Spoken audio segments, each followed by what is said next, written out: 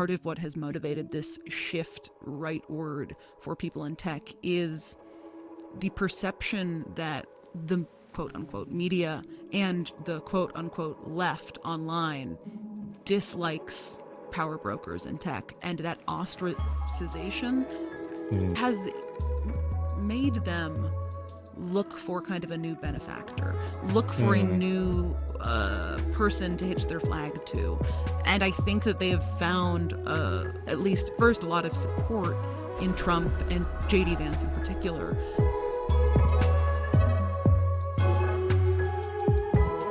This is The Rip Current. I'm Jake Ward. We talk about the big invisible forces that threaten to sweep us out past our depth if we're not careful.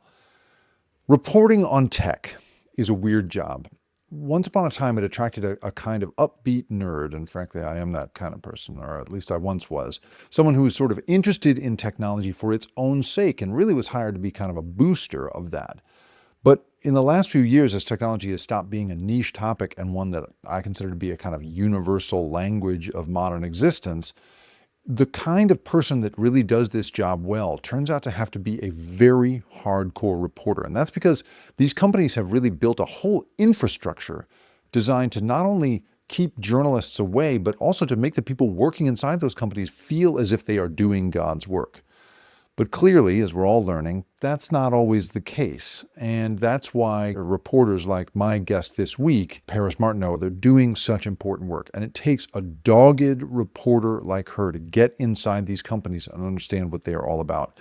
In this conversation, we talk about everything from what it is to try to be a journalist and maintain your objectivity, all the way through to what it is for her to cultivate these sources, because she has single-handedly reported on stories that have, blown up entire companies. She is a fascinating interview. I hope you enjoyed this hour-long conversation with Paris Martineau.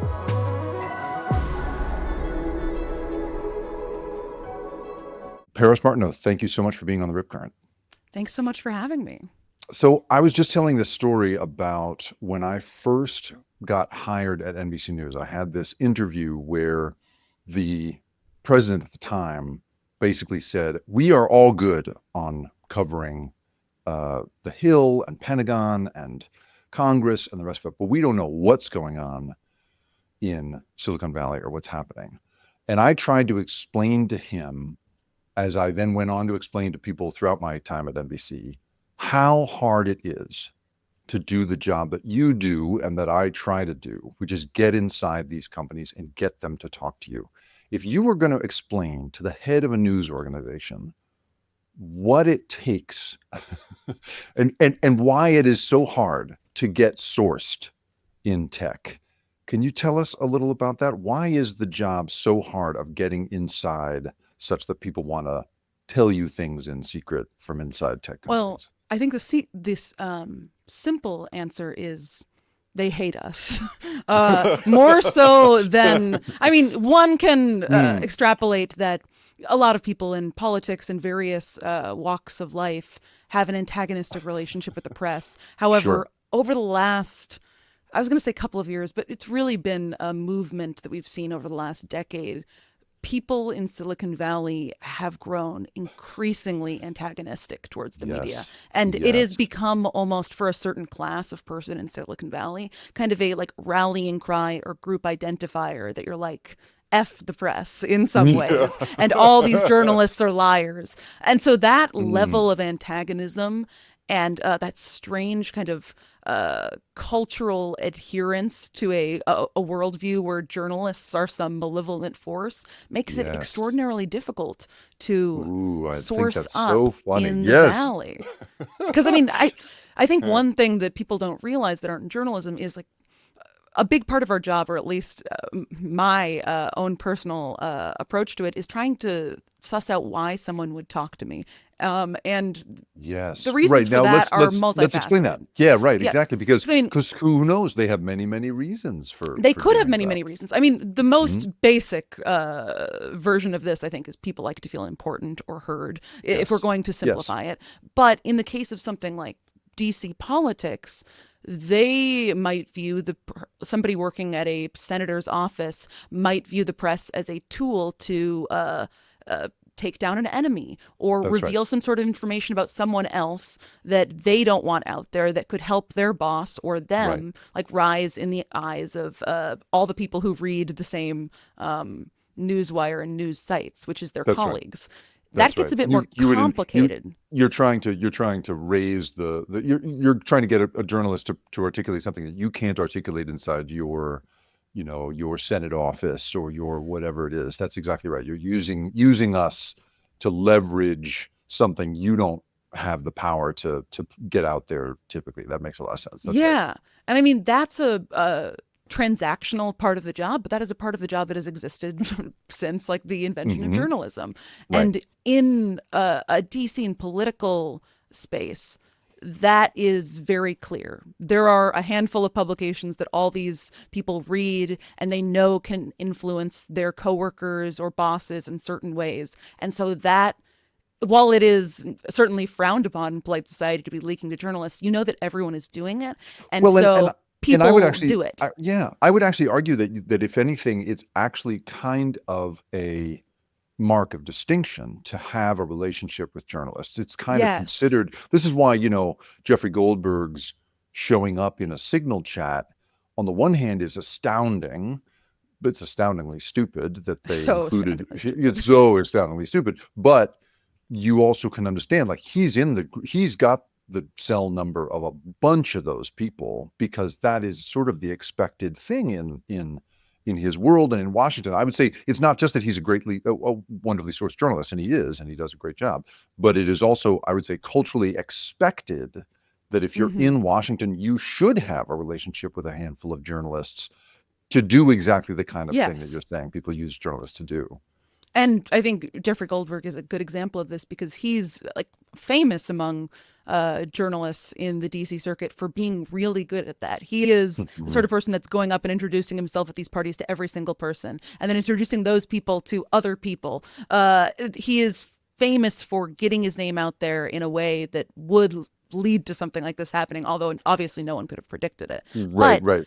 on the other page, tech is a much newer industry, and it's Mm, an industry that is in its modern era defined by hype cycles that don't do well with scrutiny.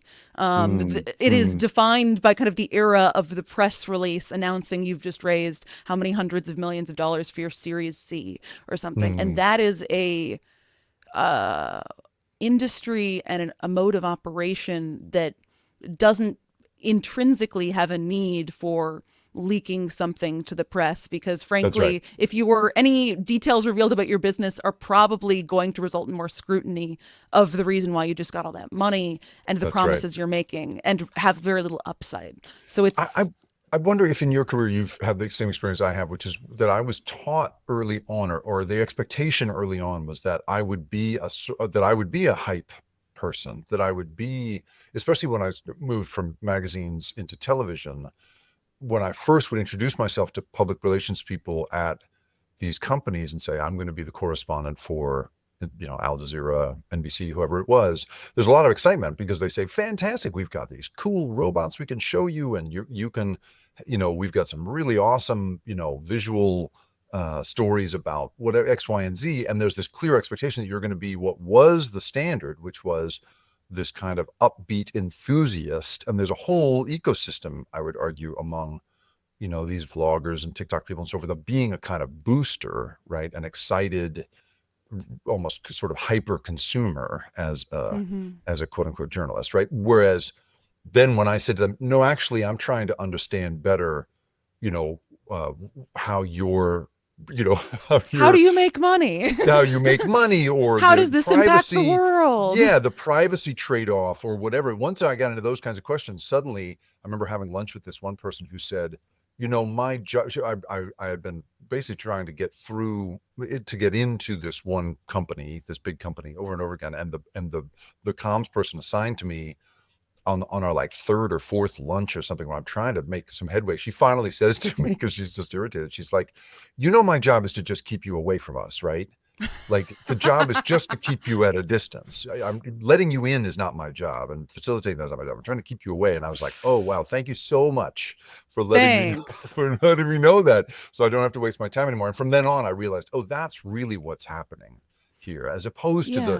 the transactional thing that you're talking about in DC. No, and I mean, I think that this is those two different categories. It's a shift that has happened over the last like 2 decades that is responsible for how default antagonistic a lot of the people working in tech are towards the press. Because in the 2000s, in the early and mid 2010s, a lot of tech journalism was this kind of boosterist, oh, look at these cool, smart boys in their dorm room creating the next super app sort of journalism. And there's Amplifying certainly merits to that. democracy and all You that know, stuff. like Yeah. some of those stories were fantastic. Some of them were good. Some of them were a bit misconceived, but it was a nascent industry. And there was a whole class of journalists that for a very long time, their job was to be like, wow, look at what's going on with these neat tech boys, usually, because they was rarely tech girls. Yeah. No, that's But right. Still as the the case. industry, I mean, Yeah. yeah, still the case. As Mhm. the industry matured and got more and more market dominance, and there were more journalists out there covering tech, it started to flip a bit. And people were like, actually, maybe we should scrutinize this more. I mean, I think the biggest turning point of this was around the Cambridge Analytica stuff in the mid 2010s. But Mhm. suddenly the coverage of tech as an industry stopped being almost exclusively, hey, look at this cool thing, and what are the ramifications of this thing that has Mhm. matured into a product that millions or billions of people use.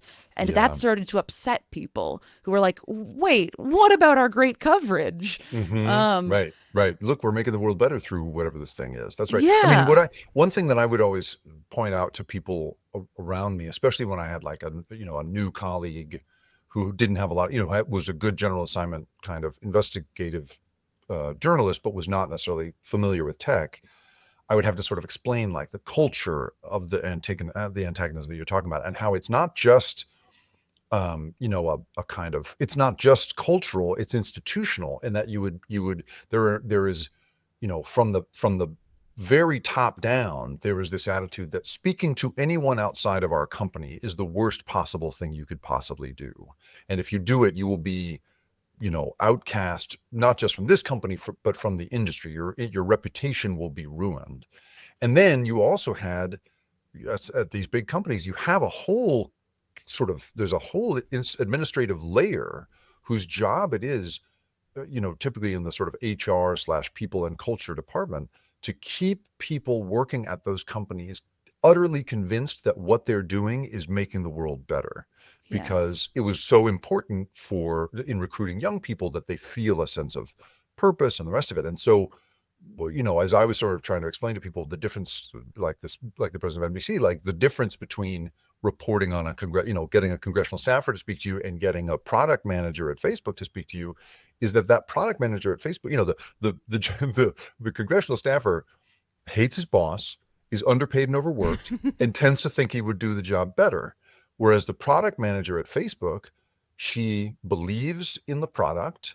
Uh, you She's know, making 500K or she's something making like it that. way more money than I will ever make. That's right. So she's certainly not underpaid. She's being told every day that her job is making the world better, and she has tremendous admiration for the people above her. Now, this, of course, as we read books like Sarah Wynne Williams and these new careless people, that the meta memoir, for anybody who hasn't read it, it's an amazing tell-all book. These kinds of things. It's becoming clear that people inside those companies are more and more dissatisfied, and I would say that is part of how, that's an opening for journalists to figure some stuff out. But gosh, that difference between the old school way of getting inside with someone in DC or in the Pentagon or whatever, and this category of person is so different, Yeah. and their work is making such a huge difference in the world, it seems to me, which is why what you do is so important. Yeah, no, I mean, I think that the satisfaction and contentness aspect is a huge part of it. I Mm, mean, for a long time, the main coverage of companies like Google would be about how incredible their benefits are, and employees can get as many Look at all the massages a snacks. day as they want. They can have 3-course meals, breakfast, lunch, and dinner, and all of this stuff. And basically, you'd live your entire life within this ecosystem. And it is a significantly more difficult entire enterprise to convince someone like that to tell you things they shouldn't about a company. And in most cases, when you're talking to somebody like this, it's going to result in a better story if they have some sort of sense of there's something wrong going on here. And people are more likely to identify something going wrong if they're already dissatisfied or have some sort of awareness that something is not right there, which is Yeah. is less likely to happen when they are on the massage table 3 times. Yeah, that's right. I will say also, before and after the break, I want to ask you a little bit about sort of how you have specifically gotten someone to speak to you, or what that relationship winds up being like. But before we get there, I mean, I think another thing that's interesting, and I'm sure you've experienced this as well, is the degree to which is just how often you meet people in the communications, typically department of a big company, who did time in the Obama administration. For me, it is really interesting. I don't know. Have you ever bumped into that very Oh often? yeah, Jay Carney's endless. Amazon. Yeah, the Obama administration has its little fingers in every place. It's really amazing. And one of the things that people, I think, don't maybe not remember about the Obama administration is that while on the one hand they were tremendously, they were politically progressive in a lot of ways. My grandma, a diehard liberal, would say that they were not progressive enough, but they were progressive in a lot of ways. They were not particularly progressive when it came to being communicative with the press. And that was the rise of a tactic in which you had a background briefing, in which you were no longer, in order to get the information that you needed from them. And this is, so here's how it looks in tech, is I'll go to a company for comment. I'll have a story about them that they presumably won't like. And they say, and I say, I'd like to talk to you. Can we arrange an interview with an executive, or, can I get comment in some way? And more my expectations are very low as to what they're going to come back with. But what they tend to do is they then say, what's your deadline? And you say, so you say whatever. And then they play with time up until the last second. A friend of mine, who used to be on the inside of one of these operations, said that that's the number one tactic, is you push someone up against their deadline as much as you possibly can, so they don't have any time to maneuver. And they say, can I get you on the phone for a quick background briefing? Whereupon they get you on for an hour, and the agreement in that conversation is supposed to be that you're not allowed to use anything they tell you. They just get to spin you for an hour.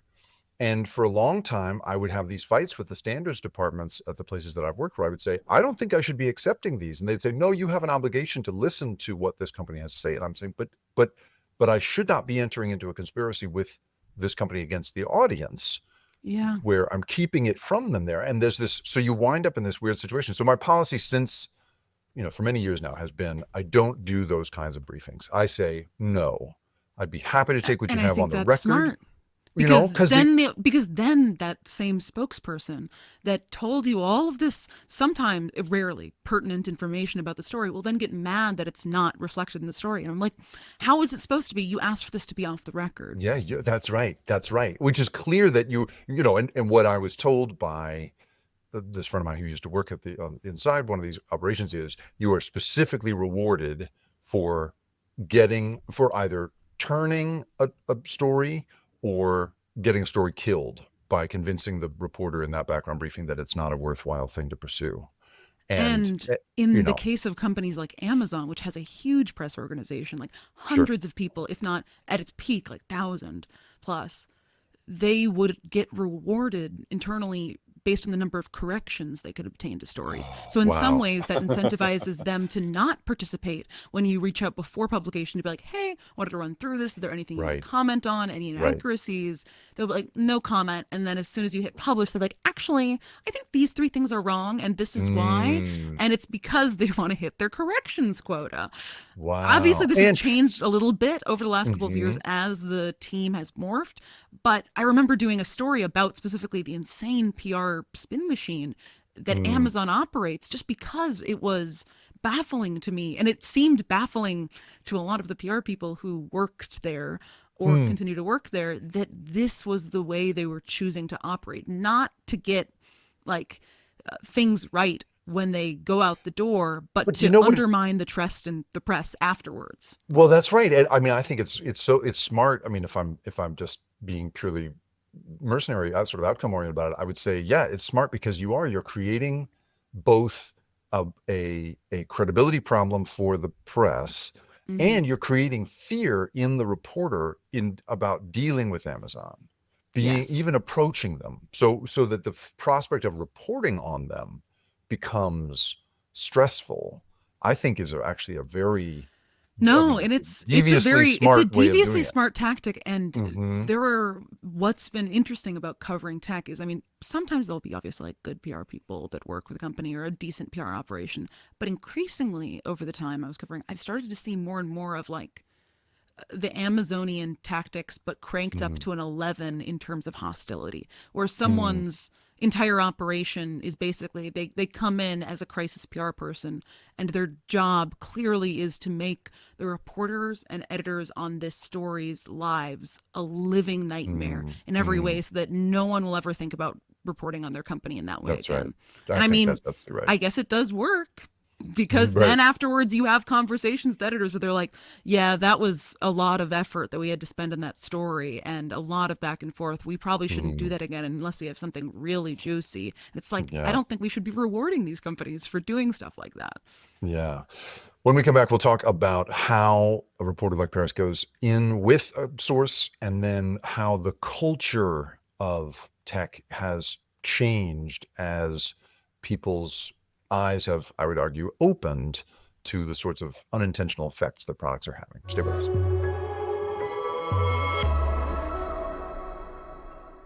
Okay, so Paris, without giving away anything, don't give away any names, don't give any companies. Of course, you wouldn't, but just so we say it, give me a sense of what it is. Give us a sense of what it is to actually make a connection. What is how, like what is it like to have that sort of relationship with someone, and how have you typically been able to do that? It's very interesting. I mean, the easiest way to go about it is like someone reaches out with a tip, which Mm, is always great.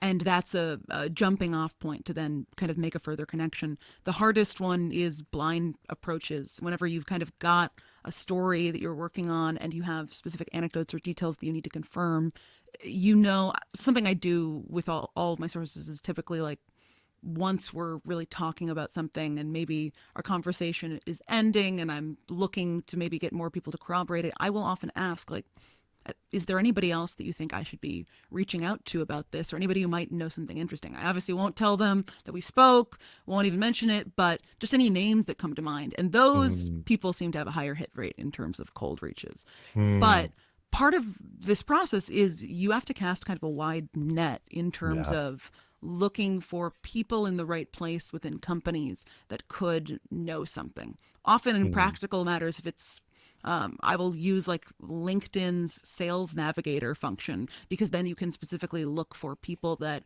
worked at a company in a certain time, have these words in their bio, and then kind of go through that and make a list of 50 or 100 potential people, and then reach out to all of them in ways that I think might work for that specific person. And it is totally, I have often tried to explain to people, it is like sales. It is a it is numbers very much game like in the way sales. that sales is that way, because there is a, and why news organizations don't use more, you know, Salesforce style CRMs, right? These sort of, these systems for keeping track of these people, because there's hundreds of people that you have to try before you're going to get a lead in the Yeah, same way. There's a reason that salespeople call it a lead in the same way that we do. So yeah, I really, that is really interesting. The patience and the sort of it really persistence it takes. requires Yeah. just a lot of phone calls or texts or emails or whatever for Hmm. way you're doing it, with a lot of different people and a lot of rejection, until you get a small handful of yeses. And then of Yeah. course comes the difficult part of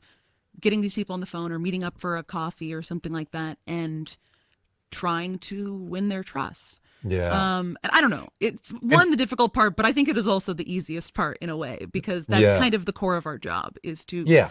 be good at these first and early impressions. And I think that Hmm. getting somebody on the phone or to meet up with you is like more than half the battle usually. Yeah, that's right. Once you're there, I feel that way as well. Also, because I feel like at that point, they wouldn't even go that far unless they were willing or, interested in some form in speaking to you. So for you, I'm curious how you found their motivations and what it tends to be and the kinds of conversations that you wind up having with them as a result. Like for me, I don't very often bump into anyone who's just out and out, hostile to the organization. I would say that one of the conversations that I wind up having a lot is with people who feel that something is deeply misunderstood about the work that the organization is doing and wants a journalist to correct that to help correct Mm-hmm. that, which is a funny sort of, it's like it's a true believer kind of instinct, but you can sense that they're grappling with something, Yeah. because they can sense that the public perception of this is very negative, but what we're doing is quite positive. I just want to clear the air a little bit, is sort of the way some people will speak to me about it.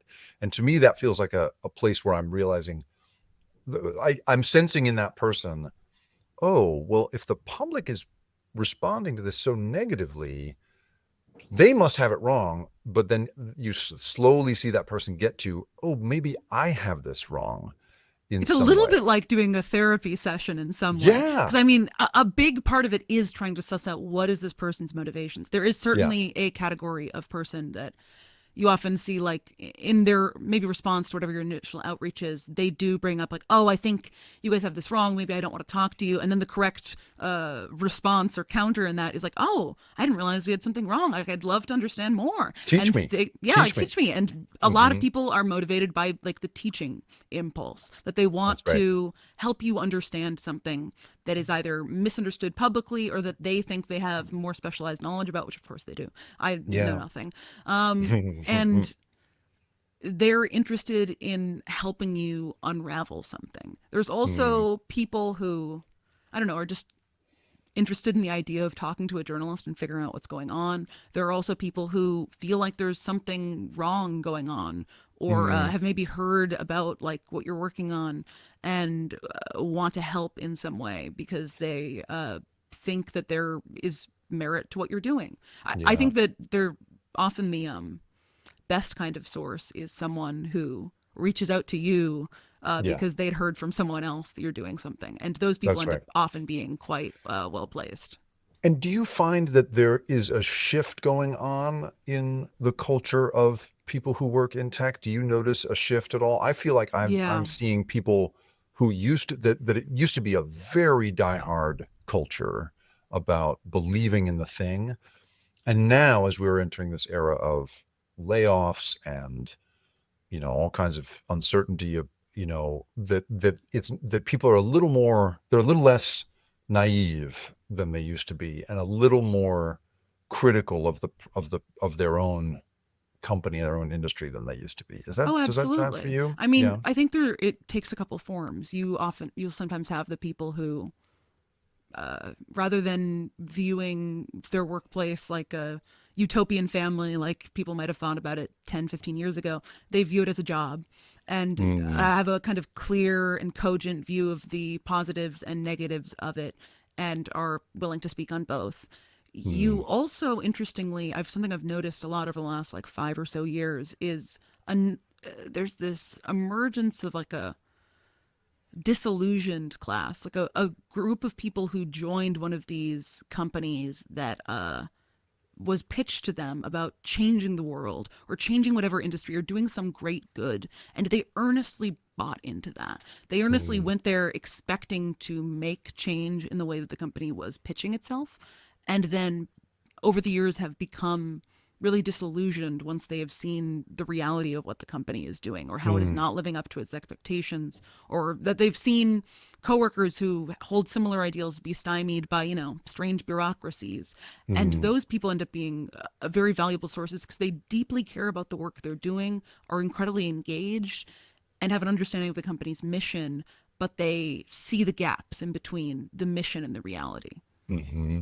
I've seen, I mean, in your work, you have, I mean, your investigations have, I mean, you have made, it seems to me, like when I think of your work, I think about looking at companies where, real mismanagement is going on. I tend to do things about the unintended effects that a product ends up having on kids or whatever else. I feel like I've seen in your work, you do a wide variety of things, but one thing I've really seen in your work that I think is really hard to do is figuring out places where a company is being mismanaged. And under your investigations have I don't know if I think it's fair to say resulted in, or at least, you know, correlated to the firing of CEOs, fraud, you've uncovered fraud. Like, are you, tell us a little bit about that, just so we get sort of acclimated with your body of work and how you go about figuring that stuff out. Like, you've gone at a lot of different companies that have clearly made a bunch of promises that they couldn't deliver, and then the whole thing kind of unravels. Yeah, like over the past 5 to 7 years, I kind of came upon figured out a niche for myself in companies that are, I guess you could call it corporate accountability journalism at its like most basic. But Mm, I started to, I'm really motivated by stories where tech companies or businesses that perhaps seem a bit ephemeral or abstruse end up having a real world consequences on people, be it their employees or their customers or the world in which they work. This kind of started originally because when I came to the information, my last employer, I was put on the Amazon beat, and it was my first time doing a hard corporate beat. God And help you. That's I was a little so bit rough. like, oh boy, this seems like it could be a bit boring. But I ended up carving out kind of a niche in, this was around the time that it was during the middle of the pandemic, and Amazon was expanding rapidly its physical delivery presence, and in part, an area called the middle mile, which is like trucking, their trucking Mm, operations. And I started to think, like, what would be the actual impact on people with this? And I ended up doing kind of my first big investigation there, which was looking at the human toll of Amazon's rapid expansion in trucking and kind of the mm, increased number of deaths or serious injuries that resulted in kind of applying Amazonian practices of speed and efficiency over all else to a large, many ton vehicles driven by sleepy adults. mm, And this led to me spending kind of like the last 5 years on kind of a roving investigative and features beat, with just a broader focus. And the niche I ended up finding was examples of startups and different kind of nascent tech companies that have received, all of a sudden some founder with an idea gets tens of millions or hundreds of millions of dollars, grows a company rapidly, and what are the unintended consequences of the mismanagement of that? yeah. And the consequences can often be great. I mean, I did this story on one startup that kind of did a Uber for nurses like product, where essentially it Mm, was a gig work platform for nurses so that hospitals and different medical providers could tap in to a network of allegedly kind of credentialed nurses if they need extra labor. This really took off mm. during the pandemic. And the story I ended up doing was about how it all fell apart. So when we come back, we're going to get into that investigation and into the broader question of VC-backed companies and whether that whole business model is in some way leading to the kind of fraud that Paris has uncovered. We'll be right back.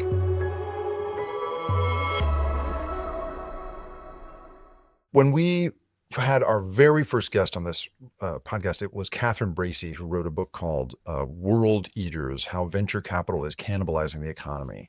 And so much of her thesis jives for me with what you're talking about with this nursing platform that you mentioned. I should say here, my mom is a nurse. She was a nurse my whole life, ran a nursing school. And so I have a real soft spot for nurses. So when I think about Uberizing nurses, it makes me nuts. But I want to tell us more about that investigation, and then I want to Yeah. talk about the role of VC in how this stuff goes wrong. So, I mean, what I ended up finding was that the kind of core promise of the platform, that they would offer a pool of credentialed, qualified, checked nurses to hospitals to be able to tap on when they see fit, was kind of a lie. I had a person on the record who was in charge of kind of their legal and compliance office operations at this company, who essentially blew the whistle and was like, I was horrified working there because the CEO and founder essentially would come into meetings and be like, I don't really care how we're credentialing people. We could have homeless people on the platform for all I care. We just need to be putting bodies in hospitals so that we can grow as fast as possible. And it was a story basically about how this obsession with rising to meet the demand of the pandemic and growing as rapidly as its investors wanted them to resulted in people with criminal records or people without the proper qualifications getting put in medical settings and having kind of disastrous implications for patient care. And what was the outcome of that investigation? What happened at the end? Before the investigation published, when we reached out for them for comment, the CEO resigned. Wow. And then the new CEO implemented, after the investigation published, a bunch of kind of new policies around this specific thing. I mean, you guys, just so everybody's, well, this is why we have journalists. We need journalists in the world, you people. Okay, so let's talk about, you mentioned that this was in part because trying to rise to meet the demand of investors. And so Catherine Bracey, who I had on before, her whole thesis is that that venture capital, which was, invented to fill this particular financing need in speculative software, typically hardware back in the day, stuff that banks didn't even know how to assess, has now morphed into this world-eating organism that's being applied to things like, and she literally says the same thing, Uberization of whatever. Housing, food, and in the case of this story, nurses. And I wonder if sort of what you think about what it is about venture, do you lay the blame? I mean, obviously the blame falls at the feet of that CEO, but that CEO is clearly under some sort of pressure that caused him to make some really bad choices here. And I wonder what you think of that thesis. No, I mean, it's hard to say where the blame lies in anything, but I think venture capital is undoubtedly an accelerant in the good and the bad. And the bad has quite extreme consequences that I don't think that the industry is really reckoning with.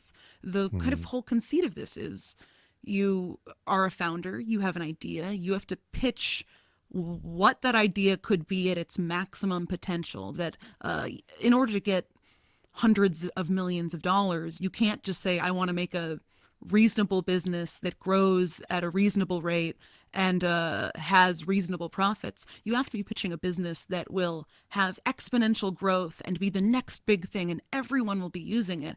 And that is not a business, that is not a business outcome that is going to apply to the vast majority of business ideas. And so trying to make those two things meet one another means that there's often kind of a push or people often have kind of an impetus for fudging a bit or trying to make their business. The incentives are a little misaligned with the reality. Yeah, I find that I hear anecdotally from people, from founders who try to dance this dance with venture backers, that they, I was talking to a guy the other day who's trying to create a without giving it away, how do I describe his company? He's trying to create something that is helpful when it comes to mental health, let's say. And one thing that he's been bumping into is that when he goes and talks to VCs about it, those VCs are much more interested in whether they can use his expertise in mental health to better understand and control the market, the user, than they are in him trying to benefit the user through the mental health knowledge he has, if that makes sense. So he says that there's almost sort of, and I've heard this from other people, that there's a reluctance on the part of VCs to bring in a founder who's got a larger desire for benefiting the customer, if there's any indication that might slow down the growth of the company, or that he might as well not be willing to do what's needed to grow it as fast as possible. Yeah, I mean, this like mindset of achieving growth at any cost is Yeah. pervasive among the tech industry. And it is pervasive because it is, if you ask VCs, it's a necessary cost of doing business. Why else are they giving this Mm, person tens of millions or hundreds of millions of dollars, if not to hit growth goals? And hopefully see that that company could be the one that helps them earn back their investment in all the other companies. It, I hmm. guess, makes sense from a logical perspective, but the outcomes that you get from having that incentive structure applied to a wide variety of companies, it's a bit wonky to say the Yeah, least. I It's a agree bit with you. I agree with unfortunate. you. I agree with you.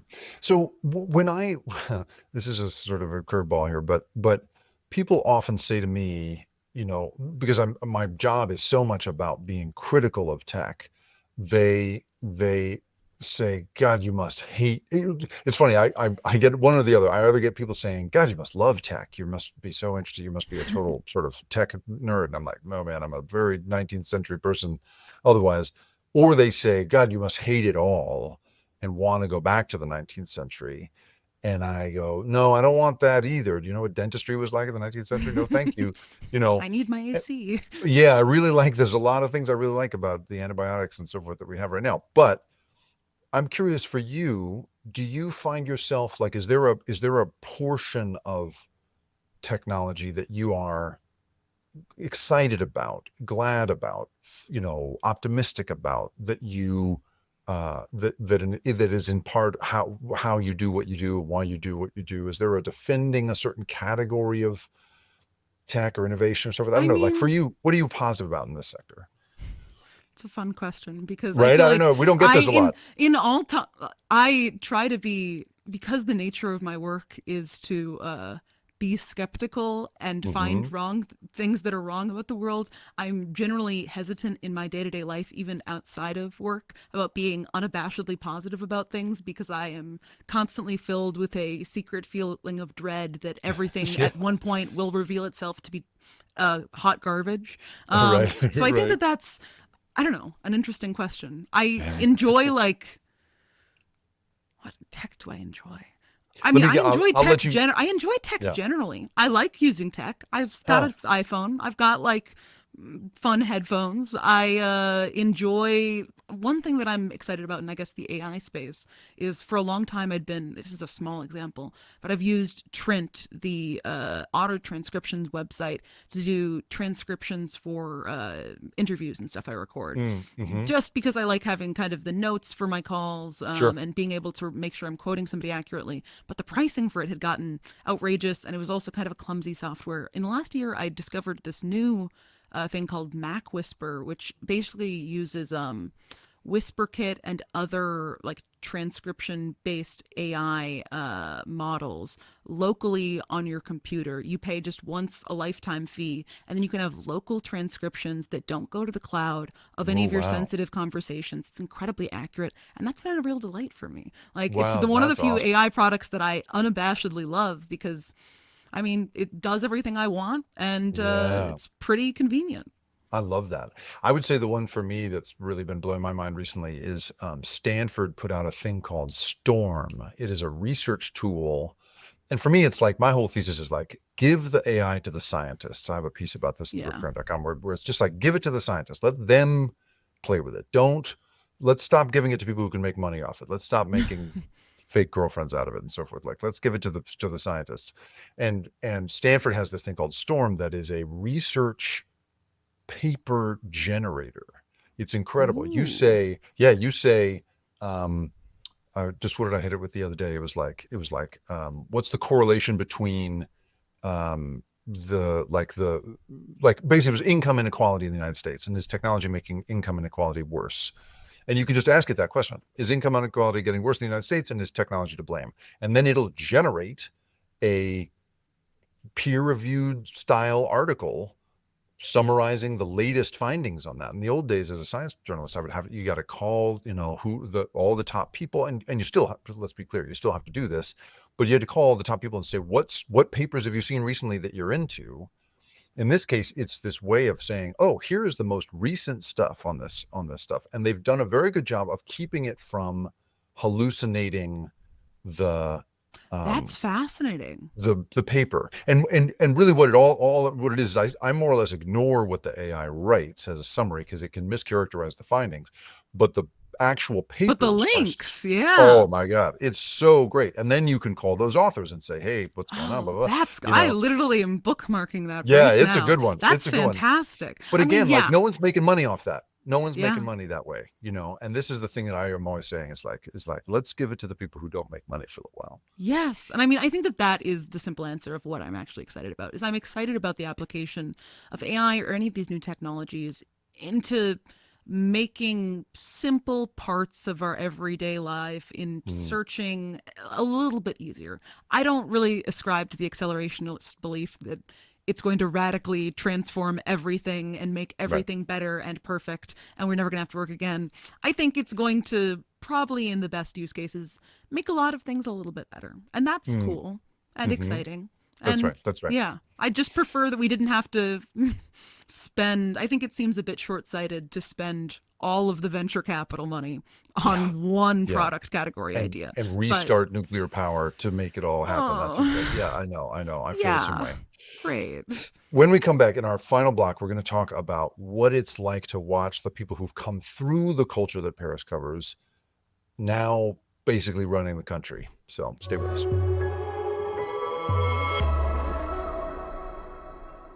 Okay, so you undoubtedly uh, watched or listened to Mark Andreessen's articulation to Ross Douthat, I think is how you say it, at the New York Times, his articulation of the deal, which once upon a time he believed was in effect between tech and power brokers in Washington, basically tech and DC. And what Andreessen goes on to say in this interview is basically, we had a deal in which you left us alone and praised us for our work. And in exchange, we kept making magical, amazing technology. And then the Biden administration, according to him, broke that deal. And that's part of why Andreessen decided to align himself with Trump. And to me, I just wonder what it's like for you to watch these people who have risen through the culture that you and I have been talking about in this hour, right? They've risen through this world in which you are constantly told that the work you're doing is amazing. You're constantly told to be secretive about it. You're constantly sort of believing in the kind of meritocracy that has pushed the leadership to the very top, and you're totally convinced that no one else can understand the work you're doing. Those people now, for me, watching those people, be in the White House, be at Mar-a-Lago, guys like David Sachs, guys like Elon Musk, suddenly having the president on the phone all the time. What's it like to, what do you think? What do you think they're like? Help us understand the worldview. Like, what do those guys want, and why do you think they are up there, in They those meetings? want to have as few limits as possible on Mm, their business operations and the places from which they derive capital and revenue. They want their, I think that it's interesting you mentioned Mark Andreessen because Andreessen Horowitz is perhaps the number one example of when I said tech people hate us, journalists. Andreessen yeah. Horowitz, I think, is the number. Like, legitimately, it is a from the top down. Normally, when you're talking about like people in tech hating, you might mean like some of the top executives. Almost every single human being that works at Andreessen Horowitz hates tech journalists as much as humanly possible. Like, Hmm. it's a level of like icing out that is honestly baffling because as much as you can dislike tech journalists personally, there are some times that if you're a smart person, it makes sense to try and spin the story by picking up the call when someone asks, like, for your comment on this. Like, it just Mm, seems in your best interest. I think that right. part of what has motivated, I mean, this is just me spitballing, but I would imagine that part of what has motivated this shift rightward for people in tech is the perception that the quote unquote media and the quote unquote left online dislikes power brokers and tech, and that ostracization, Mm, which often in for many of these people that plays out in terms of people on Twitter being mean to them is what they're talking about. mm, That kind of antagonistic relationship they are perceiving in people that used to be their biggest boosters has made them look for kind of a new benefactor, look for a new person to hitch their flag to. And I think that they have found, at least first, a lot of support in Trump and J.D. Vance in particular, and saw the Trump administration as a good opportunity to increase the size of their portfolios and enshrine a new anti-regulatory apparatus Yeah. in the halls of the U.S. Yeah. government. We at NBC we covered the efforts of Peter Thiel to build his own candidates, to Frankenstein his own candidates, and the one we focused on was Blake Masters, who was the other J.D. Vance, right? And at the time, there was this. I mean, what we were looking at was, isn't it crazy that there's this kind of American oligarch class that is emerging that really is not just sitting back, but is, actively investing in trying to get into politics. But at the time, we naively were like, because Blake Masters lost, it just looked as if, this isn't paying off. It didn't, that it was, All it takes is one. Turns out you just need one. And the bet that Peter Thiel made wound up paying off in this incredible way, such that he truly has a former employee, or at least a former founder that took his money, in the White House, and and to see that strategic effort directly lead into the halls of power like this has been so interesting. Because the thing that for anyone who doesn't sort of follow this world closely, one of the themes that I keep seeing in it is this desire, like you say, to just clear all of this regulatory mishigas out of the way so that we can do the thing that we were put on earth to do, which is create this incredible stuff. I have a friend who says that people at the top of Silicon Valley are like the friends from high school who watched Akira and are a little too excited about it, don't quite understand what it's trying to tell you, that it's not just about how cool Tetsuo's powers are. It's actually about the screaming people in the background who get affected by it, and Tokyo getting destroyed, and why that's bad. But those powers, man, they're so cool. That's right, exactly. And that thing of, and I feel like we are suddenly the people who once upon a time cast themselves as like, we're improving the world and we're all about making life better for everybody. More and more, there's this feeling of like, like you see Sam Altman and others talking about trying to create these like techno cities. Elon Musk just got permission the other day from the southern Texas town that to build a SpaceX city. In that place, there's this real sense of trying to create a walled garden. I think it's also about creating a legacy. I think that part of it, I mean, this is obviously just, again, my own thoughts on the matter. You've been in this a long time. I can I take imagine it. that, like, you come up in the tech industry where everyone is telling you you are the most brilliant genius that is changing the world. They love what you do. They think you are an absolute world changer, remaking the world in your image. Then you go into this period where everyone is suddenly mad at you and says that you are hurting the world and making things worse, and that the effects of your products the harm is immeasurable, and that doesn't quite sit right for you, because everyone assumes that no one assumes that they're the bad guy, and it's very difficult to ever believe that you are the bad guy. And suddenly you are looking for a way, well, how do I prove not only that I'm the good guy, but make sure that is enshrined in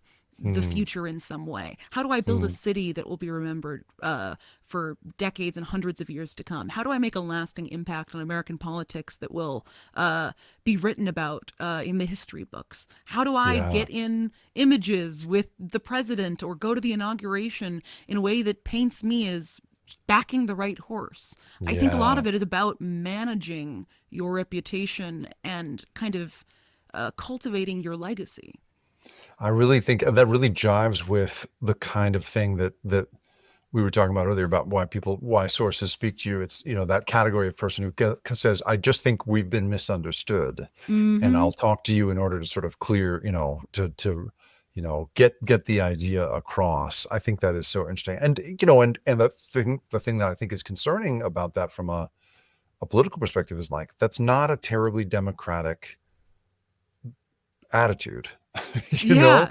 That's not a sitting in the meeting and hashing it out together kind of attitude. That's a, I'm I going to mean, I tell you what's think going that on what attitude. people are forgetting is that politics is hard work. In its Mm, most pure form, you're supposed to be like you are serving a nation. You are mm, representing the interests of your constituents and doing a lot of work in order to make the nation a better place in some way. mhm, And that mhm. involves a level of humility and And dedication to a friction cause and and friction the and the friction that, ability, yeah, to yeah. sit there and actually dig through all the documents and figure out, all right, other people have tried this before. Maybe some of them were right, maybe some of them were wrong. Let's figure out what is the best thing for us to do here. And that's a Mm, lot harder than just saying everyone is stupid and I'm actually the yeah. smartest and we're just And going by to the go end with of my this quarter, plan. we're getting it done. That's right. Yeah, The way it's that going to I be say. no one has ever thought of it like I did. And Hmm. so it's going to be perfect whenever I try it. And that's That's just right. not a intelligent way to go about something. Hmm. Hmm. I like to think that something about this shift that you've been articulating here, in which people are seeing the mythology of tech in a new way, even when they've made their career in tech. I like to believe that there's a sort of maturing going on the part that that's reflected in those people's experience, that maybe will down the line give us some sense. My thesis has always been, we don't really understand ourselves as well as we want to, or as well as we think we do. And I feel like we're coming to grips with that in this new way, that at its worst, I see people say, well, to sort of despair of humans, from inside tech. I've had people have that kind of reaction. But I like to think, I don't know, do you think there's any silver lining to the idea that we're sort of becoming more conscious that democracy is hard and slow and full of friction, like all of these things that you say?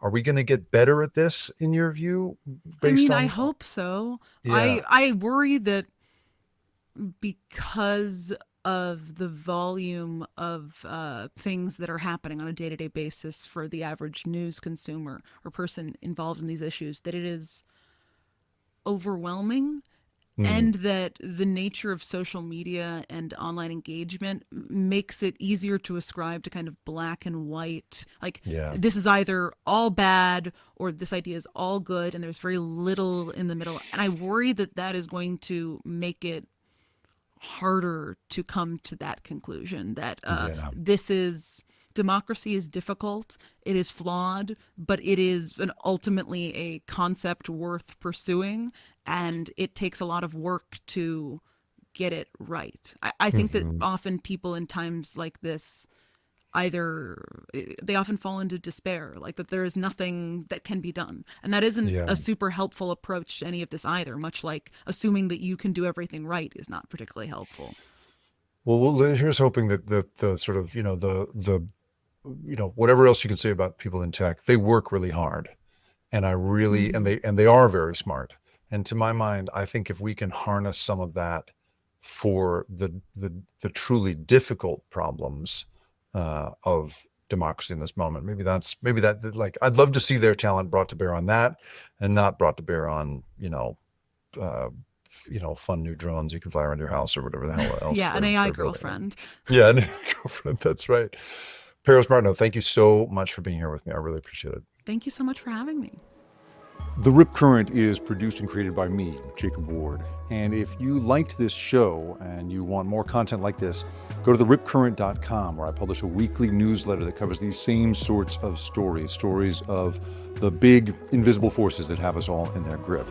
And if you want to really do me a favor, if you could go to where you have listened to this or watched it and like it, share it, or even better, review it. Holy cow, is that helpful? It's the best possible way for me to find a new audience. I really appreciate you being here. Thanks for listening.